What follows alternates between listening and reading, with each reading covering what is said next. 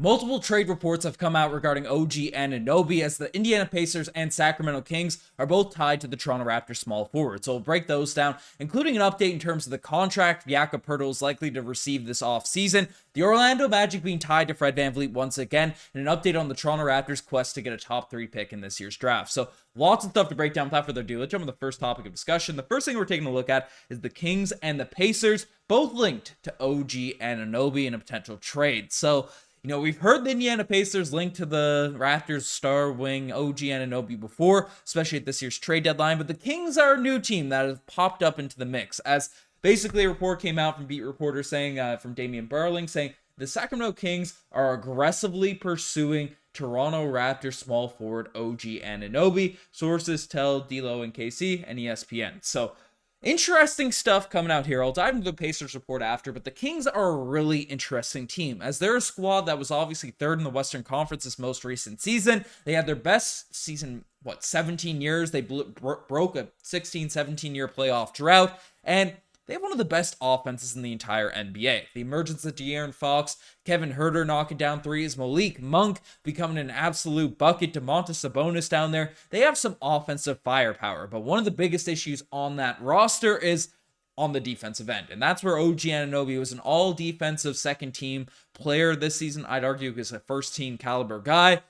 Could come into the Sacramento Kings and provide immense value for that team. And, Kings have some interesting assets that could come back to the Toronto Raptors. And the first one, the one that would most intrigue me as a Raptors fan, is Keegan Murray. Now, Keegan Murray definitely has a lot of trade value. He's someone that maybe, that's not a Raptors fan might say, hey, from outsiders' perspective, 4th overall pick that showed tremendous promise, that showed tremendous poise in the playoffs. Obviously, rookies aren't expected to carry an insane load in terms of star prowess and all these types of things, especially when your franchise is in its first season in the playoffs, right? Keegan Murray definitely wasn't a number one option by any means for that Kings team, but as a rookie, really showed out, proved he could be a legitimate starter for that squad, play solid defense, can knock down threes, can score pretty well anywhere out there on the court, and is a young player that I would love to see come back in return for a potential OG Anunoby deal. Again, people know in this podcast, I'm a diehard OG guy. I mean, you look at his stats for this most recent season, right? OG, that's not OG stats, right? OG stats this season: 17 points per game, 5 rebounds, 2 assists, right? Shot 39% from the three-point line. It got better as the season went along. 1.9 steals, played tremendous on-ball defense, and even though the Toronto Raptors didn't have the greatest of years, OG Anunoby had one of his best seasons. So I'm not high on just giving up OG Anunoby, and there's not a lot of players. Kevin Huerter would be cool to come back, especially he's definitely a gettable guy from the Sacramento Kings because Malik Monk is on that team, and they play the same positions, but I think they like that dynamic. Kevin Huerter starting and Monk coming off the bench is for scoring firepower. So one of those wings, they're interesting assets, but the player I'd like to see most come back is Keegan Murray, who gets you buckets, has potential. He's young, he fits that Scotty Barnes timeline, but Kings are an interesting destination to really look at over the next few weeks as we pass through the draft and free agency. If they're aggressively pursuing OG Anunoby, maybe they would give up some of the younger players, including Keegan. But we'll see. We'll see. I won't get my hopes up too high. I think both teams value their wings tremendously, in this sort of negotiation stratus. But the other team that's involved in these reports is the Indiana Pacers. And this comes from Brian Windhorst, basically saying that the Pacers are trying to trade the number 7 overall pick for a high-level wing player. Indiana has been talking to people about the number 7 pick, I've been told, and they've been trying to get wing players. They've been trying to move out of number 7, high wing player. I think they might be able to, and they seem to be motivated enough. Indiana aggressively pursued OG Anunoby at the trade deadline. Could the Pacers and Raptors potentially revisit, the before draft night? So the Pacers, they're trying to give up the asset of the number 7 overall pick for a wing player. And obviously the Raptors and Pacers have had a lot of discussions surrounding an OG trade. OG played for the Hoosiers down there in Indiana in college, and there's been a lot of ties between OG and Indiana and potential talks over the past couple seasons. Now, this number 7 pick, plus a player, obviously you need to make the salaries match, was something we heard a lot of last season when the Portland Trailblazers had the number 7 overall pick. That ended up being Shaedon Sharpe, and, it'd be interesting to see the Toronto Raptors turn that down. A Sharpe and Mathurin were the guys projected at that range, right? for a year later, when it seems like there's less big of names and less Canadian guys, floating around that position, to just do that type of deal. But OG Anunoby for Buddy Hield is something I've seen a lot of people discuss and talk about as a potential package that could come in return to the Toronto Raptors. And while I don't think that's horrible, as Buddy Hield is one of the best shooters, statistically one of the best shooters of all time, is on a big contract, but the Raptors do need some shooting, and the number 7 overall pick is a massive asset. But, if they threw in a name card in there, one of their younger potential prospects, Duarte, I know had a down season for them this most recent year, but they threw in another potential asset, maybe a deal could get done. But again, I believe that the Toronto Raptors, as reports have come on, not I believe, they're looking to retool rather than completely rebuild. So we're going to need a serious offer back in order to get rid of OG Anunoby, who is notoriously one of Masai Ujiri's favorites. But let me know if either of these packages, either of these teams excite you in a potential deal. But one guy that's likely coming back to the Toronto Raptors this season, despite being a free agent, is Jakob Poeltl. And you have a little update in terms of the type of contract he's likely going to get come this offseason. Now, this is coming from John Hollinger, goodness gracious, saying that basically the expected return for Jakob Poeltl this upcoming offseason, in free agency, is around the $20 million per year mark. And his next contract. Poeltl is projected to be valued at approximately $25 million for next season, but Hollinger, while it says that he's unlikely to earn that, but a figure closer to the 20 million range seems likely. Hollinger basically said that I'm willing to bet the first digit in Poeltl's contract is a 2. So we heard a report a few weeks back. If you guys remember, you've been watching the vid, stay tuned, and subscribe to the Raptors side if you're enjoying all the videos. I don't plug it that often besides the end of the vids, but we're really close to 28,000 subscribers. So you want to stay up to date with everything going on in the offseason, mean the world to me to hit that sub button. But I digress. A few weeks back, we heard that Poeltl might actually be in the range of, mid-10s, the teens, in terms of his annual salary.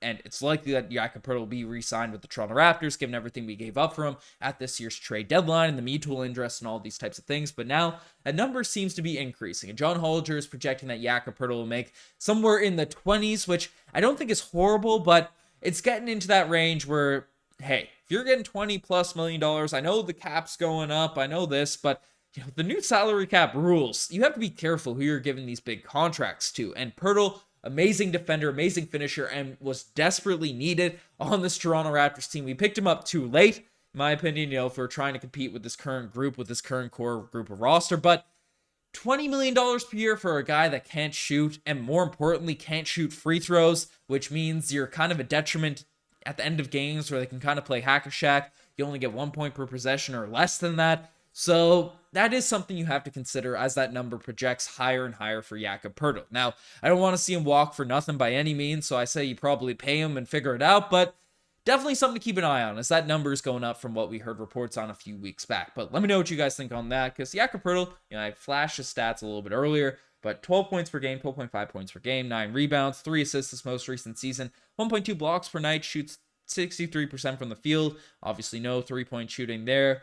Right, gets a steal a night as a solid defender, just a solid NBA big man, in your upper echelon tier of starting caliber big men. Not a superstar, not an all-star by any means, but just a really strong, solid big man. So let me know what you guys think about Jakob Poeltl potentially making $20+ million per year. But another guy that it seems like a lot of Toronto Raptors fans don't want to pay is Fred VanVleet. And once again, the Orlando Magic are tied to Fred VanVleet. And now we have rumblings of a potential sign-and trade or a guy that could be dealt away if Fred VanVleet goes to Orlando. And got a report coming out here from Bleacher Report saying that the Magic can stretch Jonathan Isaac, which could open up enough cap room to chase free agents chase free agents. And multiple sources have linked the team to Fred VanVleet of the Toronto Raptors.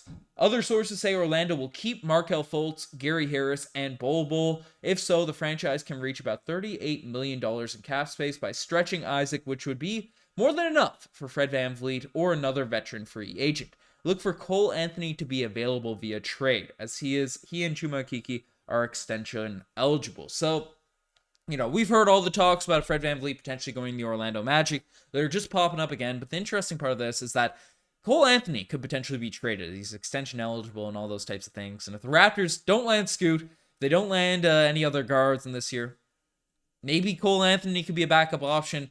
Not the most exciting of guys, definitely a fun guy in terms of interviews and memes and all that, but I don't know if he'd be an interesting fit, but the fact that he could potentially be dealt if a guy like Fred VanVleet does go to Orlando seems a little bit interesting, but let me know what you guys think about that. But the final thing we're discussing is a little update regarding a little development in the potential hunt for Scoot Henderson. And we broke it down in the last two videos. The Portland Trailblazers and the Charlotte Hornets are the two teams that are likely to either draft Scoot Henderson at this point right now. So they have the second and the third overall pick. Charlotte with number 2, Portland with number 3.